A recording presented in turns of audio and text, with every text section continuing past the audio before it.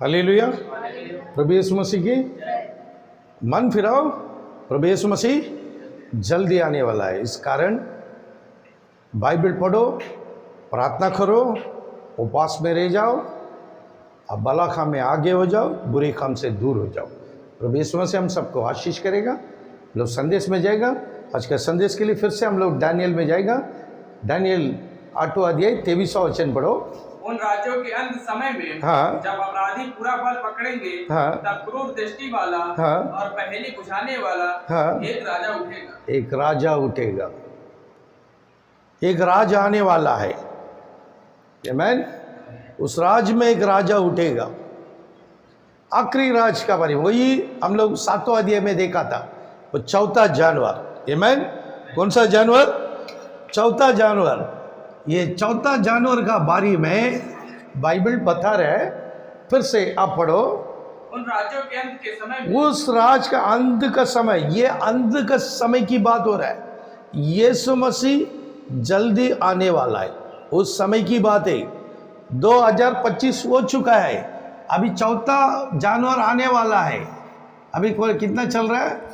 2025 हो चुका है, फिनिश हो गया है। 2000 साल के ऊपर गया है। अभी चौथा राज आने वाला है, चौथा जानवर आने वाला है। उसका बारे में दिया है, पढ़ो। जब अपराधी हाँ, पूरा बल पकड़ेंगे, देखो क्या दिया है, पढ़िए। जब अपराधी, अपराधी बोलेगा तो क्या है? अच्छा आदमी है, अच्छा आदमी है।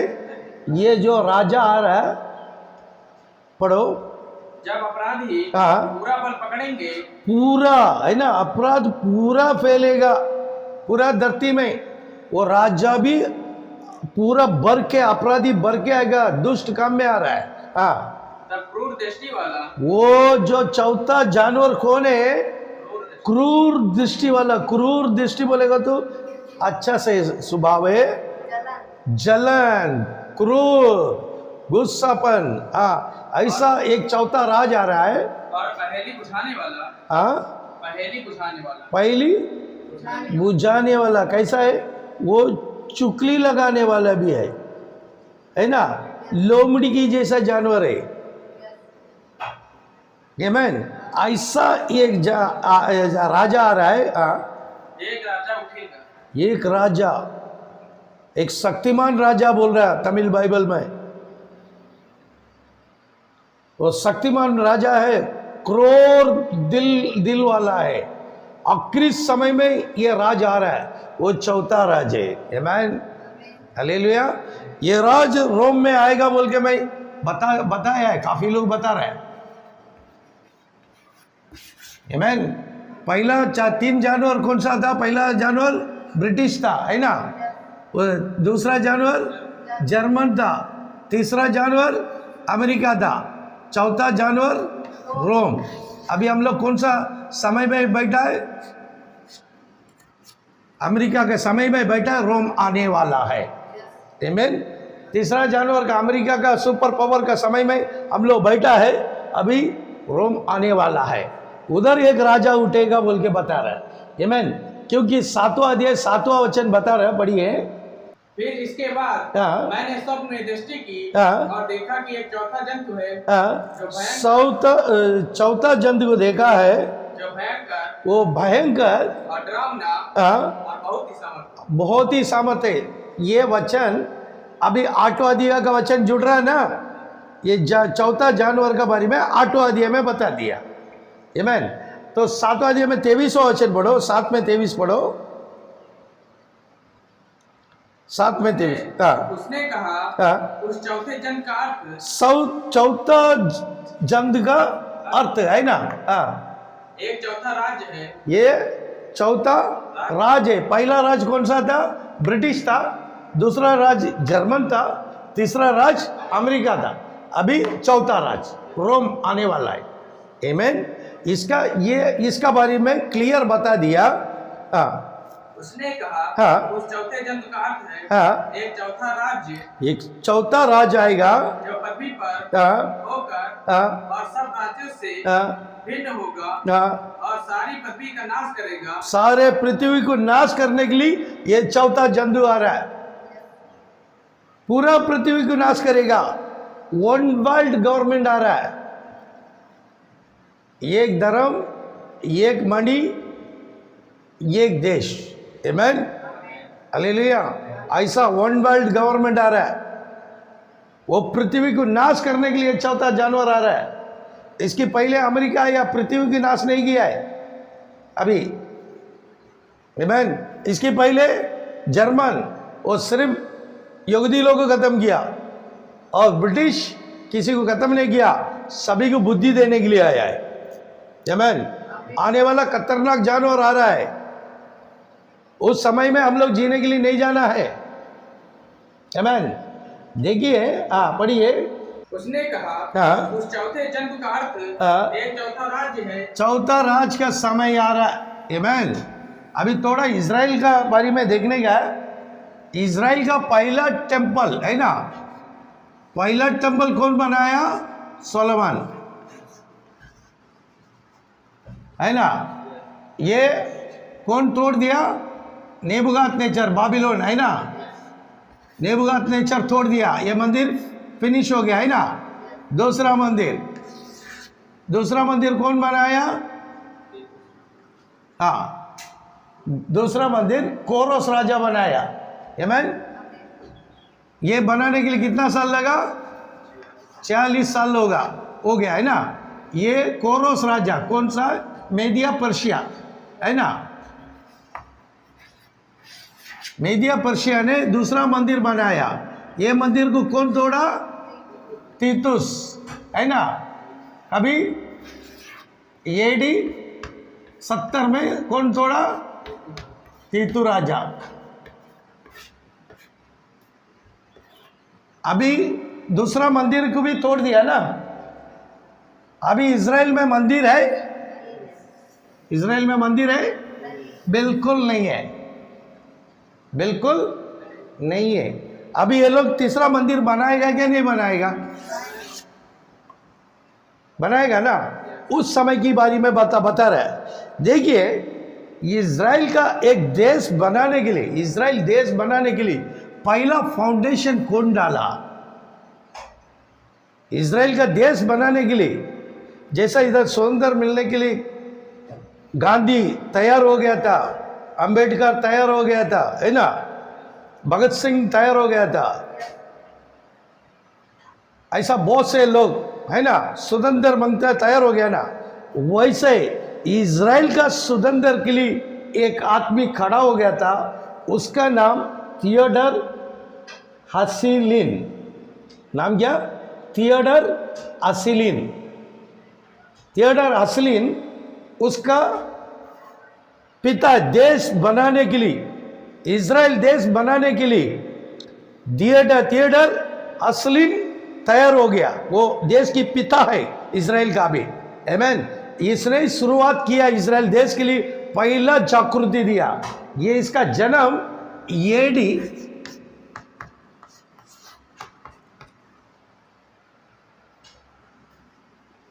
1860, यीशु मसीह मरने के बाद, है ना, यीशु मसीह के बाद एडी आ रहा है। 1860 में बॉर्न, जन्म हो गया, और इसकी मौत एडी 1904।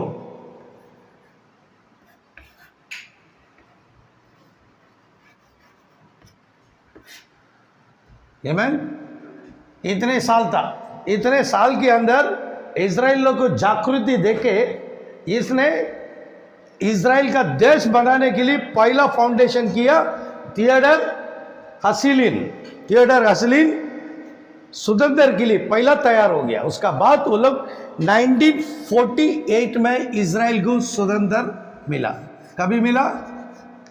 1948 में इज़राइल को स्वतंत्र मिला।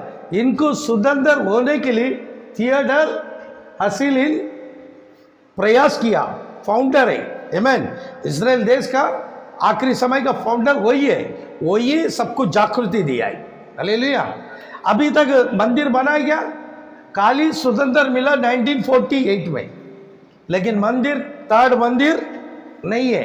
अभी तीसरा मंदिर बनाने के लिए यहूदी लोग तैयार हो रहे हैं। इसीलिए आज का समय में इजराइल और ईरान का युद्ध हो रहा है। मेन कारण वो बनाना है।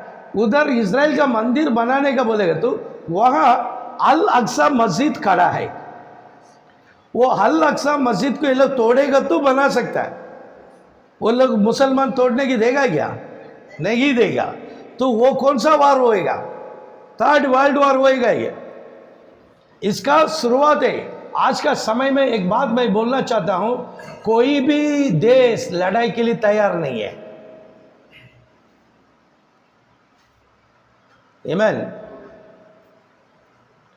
कोई भी देश लड़ाई के लिए तैयार नहीं है। चीन तैयार नहीं है, इंडिया तैयार नहीं है, ब्रिटिश तैयार नहीं है, कोई भी कंट्री तैयार नहीं है। ये आपस में ये लोग लड़ाई कर रहा है।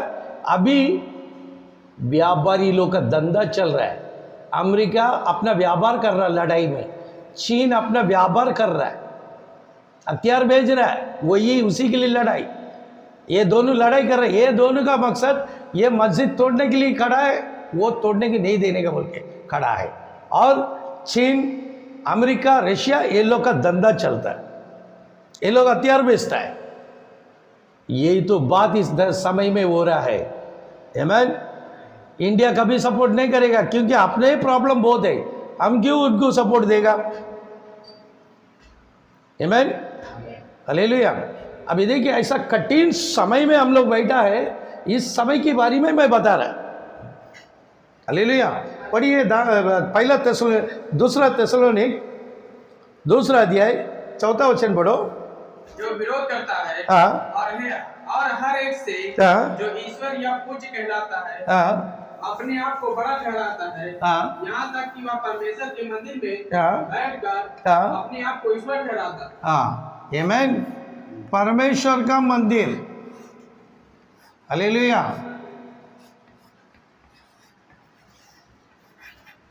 ये परमेश्वर का मंदिर के लिए लड़ाई आ रहा है। अभी परमेश्वर का मंदिर आया क्या? तीसरा मंदिर है क्या? परमेश्वर का मंदिर दुनिया में किधर है? इजराइल में है। इजराइल में मंदिर है? बिल्कुल नहीं है। लेकिन इधर वचन क्या कहता है? पढ़िए। जो विरोध करता है, जो विरोध करता है और हर एक से जो ईश्वर या पूज्य कहलाता है। ईश्वर कहता है। आज का समय में ईश्वर दुनिया का एक बड़ा आदमी, बड़ा पदवी बोलेगा तो पोप पदवी है, रोम का फादर। वो दुनिया का सारे कैथोलिक का फादर है, पोप है। हाँ। ईश्वर या पूज्य कहलाता है। हाँ। अपने आप को बड़ा ठहराता है। अपने आप को बड़ा ठहराता है। आज का समय में बड़ा पदवी वही है। उसकी पदवी का मुकाबला में कोई नहीं है। उसके समान में बड़ा पदवी है वो। हाँ। यहाँ तक कि हाँ। वह परमेश्वर के मंदिर में बैठकर अभी ये जो रोम का राजा अभी किधर आके बैठेगा? परमेश्वर का मंदिर में आके बैठेगा। परमेश्वर का मंदिर इजराइल में है। इजराइली छोड़ेगा क्या? उन लोग बहुत कष्ट से मंदिर बनाया और बाइबल बोलता है उसका मंदिर में आके बैठेगा। अपने आप को ईश्वर ठहराता है। अपने आप को ईश्वर ठहराता है। उसका बाद बोलेगा मैं ही भगवान है, मेरे को पूजा करो, मेरे को प्रार्थना करो। ऐसा एक दिन आने वाला है। वो कौन सा जानवर? चौथा जानवर बाइबल बोल रहा है। वो परमेश्वर का मंदिर में आके बैठने के लिए आ रहा है। वो समय हम लोग नहीं है। आमीन। हम लोग उसके पहले हम लोग रैप्चर में चली जाता है। आमीन। उस समय में रहने के लिए आप लोग कोशिश मत करो। वो कठिन दिन है। आमीन। जो आदमी खड़ा ही रहेगा उनका मांस सड़ जाएगा। ऐसा एक दिन आ रहा है। आमीन। हालेलुया। अभी देखो। हाँ, पढ़ो, फिर से पढ़ो। जो विरोध करता है हाँ। और हर एक से जो ईश्वर का पूज्य कहलाता है, हाँ। ईश्वर या पूज्य कहलाता है, हाँ। अपने आप को बड़ा ठहराता है। हाँ। यहाँ तक कि वह परमेश्वर के मंदिर में बैठकर हाँ। अपने आप को ईश्वर का ठहराता है। हाँ, देखो अभी इधर बैठ के ईश्वर कहता है। अभी ये इंसान, ये चौथा जानवर क्या काम कर रहा बोल के बता रहा है। दानियल 8वां अध्याय 24वां वचन।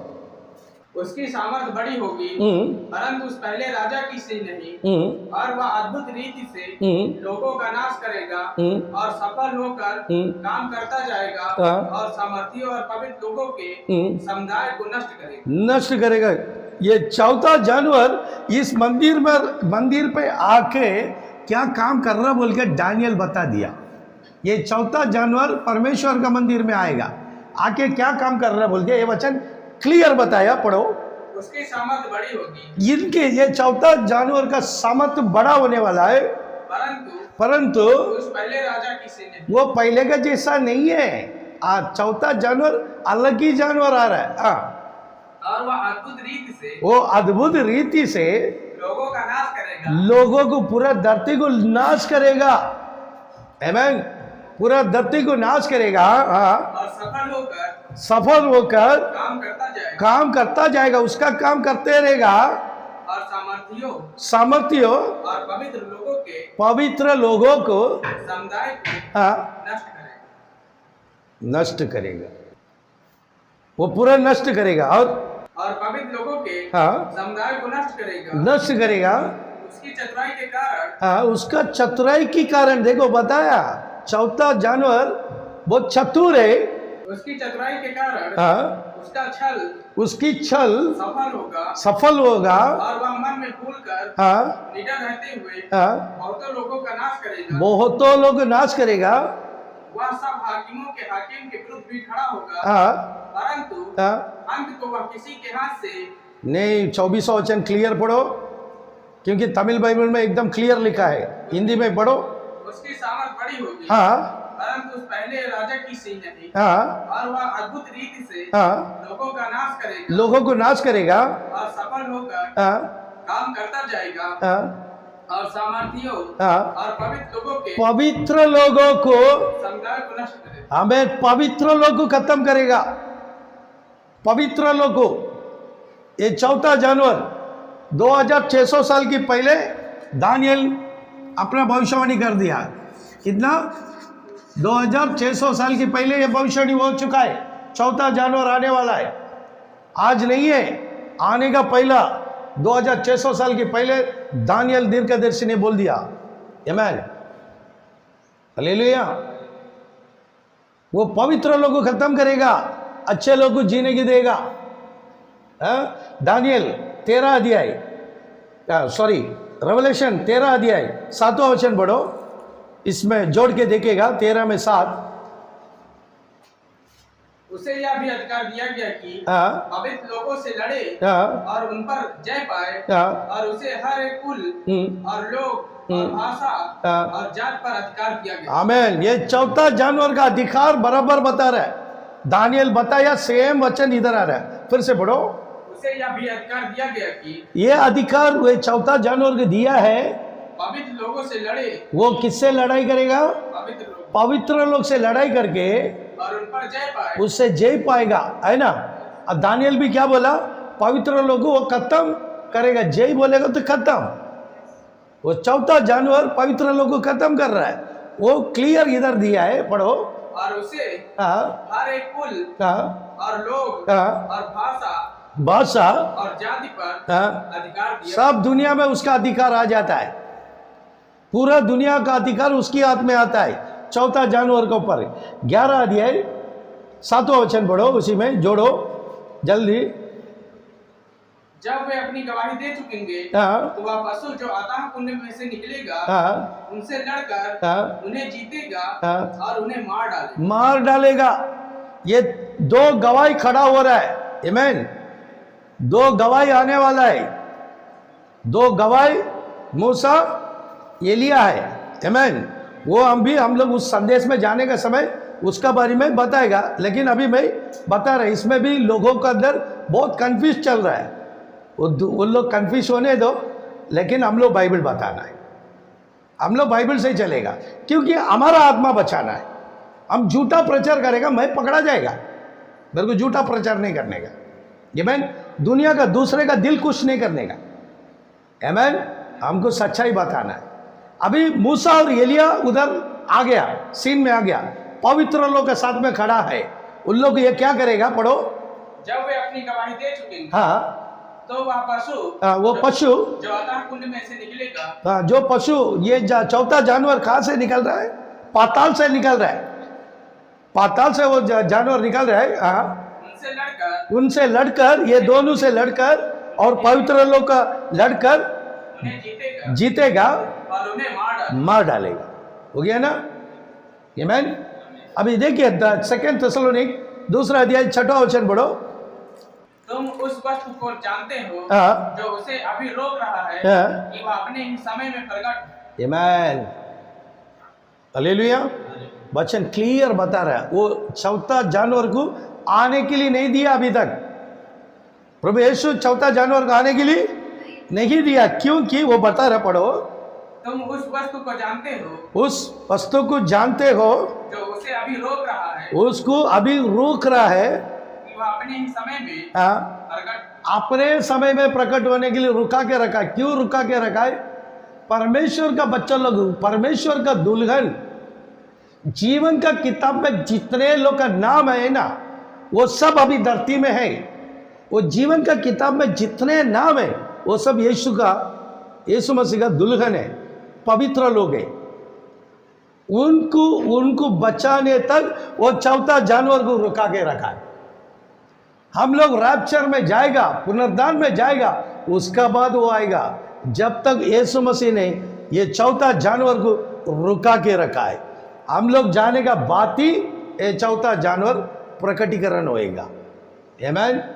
पढ़ेगा ये रोमियो का किताब, रोमियो का किताब 11 अध्याय 25वां वचन पढ़ो। हे भाइयों, कहीं ऐसा ना हो कि तुम अपने आप को बुद्धिमान समझ लो। अपने आप को बुद्धिमान नहीं समझने का, हम लोग अब बहुत शानपति नहीं करने का। बाइबल बता रहा है, मैं भी इसलिए इसमें मैं 0 है, मैं बड़ा बुद्धिमान नहीं है।